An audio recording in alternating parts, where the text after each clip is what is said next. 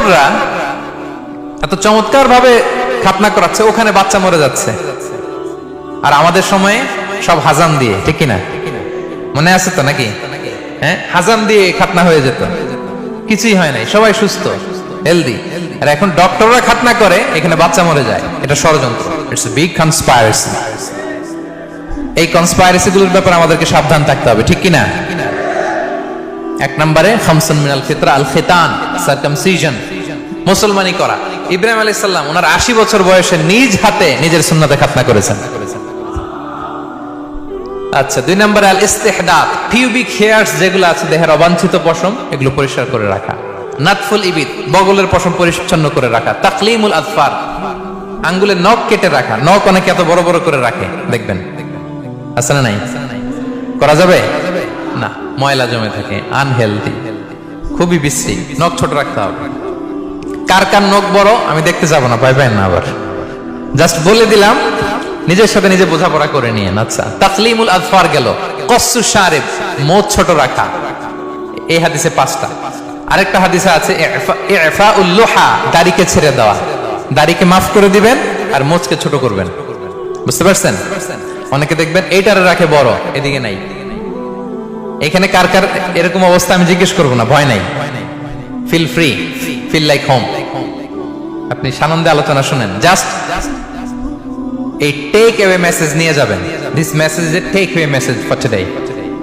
সাথে করে নিয়ে যাবেন, নিজেকে রাতের বেলা জিজ্ঞেস করবেন কি করা দরকার। সব নবীরা দাঁড়িয়ে রেখেছেন। এবং দৃশ্যমান এই একটা সুন্নাহ নিয়ে কবরে যাওয়া যায়। সাথে করে আর কিছু নিয়ে যেতে পারবেন? আপনার দামি ব্লেজার তো সাথে যাবে, তাই না? হ্যাঁ, আইফোন 15, 16 যাবে না? ব্যাংক ব্যালেন্স, জুয়েলারি, অর্নামেন্টস, সঞ্চয়পত্র, এফডিআর, হ্যাঁ, বিএমডব্লিউ যাবে না। দৃশ্যমান দেখা যায়, অ্যাপারেন্টলি দেখা যায়, দৃশ্যমান একটা সুন্নাহ নিয়ে আপনি কবরে যেতে পারবেন। এটা কি? দাড়ি। যারা দাড়ি রাখছেন না তাদের কাছে জাস্ট প্রশ্ন রাখলাম, ভাববেন যে আমার রাখা উচিত কিনা।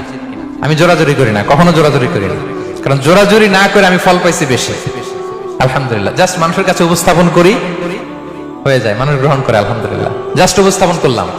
যারা এটা বড় করেন নাই, বড় করে দিবেন, মুখ ছোট করে ফেলবেন।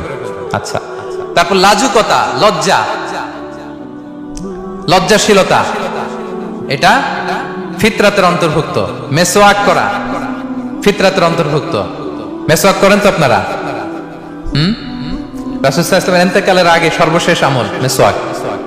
প্রিয় ভাইরা, মেসওয়াক করবেন। সব নবীরা যেগুলো বললাম লিস্ট। আরেক হাদিসে আছে মাদমাদা, ইস্তিনশাক, নাকে পানি দেওয়া, কুলি করা, গার্গেল করা, মানে ক্লিনলিনেস। দেখেন ইসলাম ফিতরাতকে কিভাবে আমাদের কাছে প্রেজেন্ট করেছে।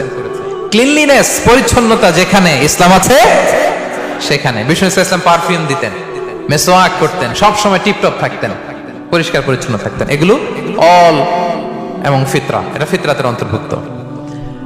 তো তাহলে ফিতরাত কি জিনিস? What is the essence of ফিতরা? আপনাদের কাছে ক্লিয়ার হয়েছে? আলোচনার এই পর্যায়ে এসে ফিতরাত কি এটা বুঝতে পারছেন না সবাই? এবার বলেন, এই ফিতরাতকে আমাদের আঁকড়ে ধরার দরকার আছে না নাই? আমাদের থেকে আমাদের ফিতরাত যদি কেউ সরিয়ে দিতে চায়, হ্যাঁ, মানবো আমরা? বলেন, ফিতরাত সরিয়ে দেওয়া মানে আমার মুসলিম আইডেন্টিটি সরিয়ে দেওয়া।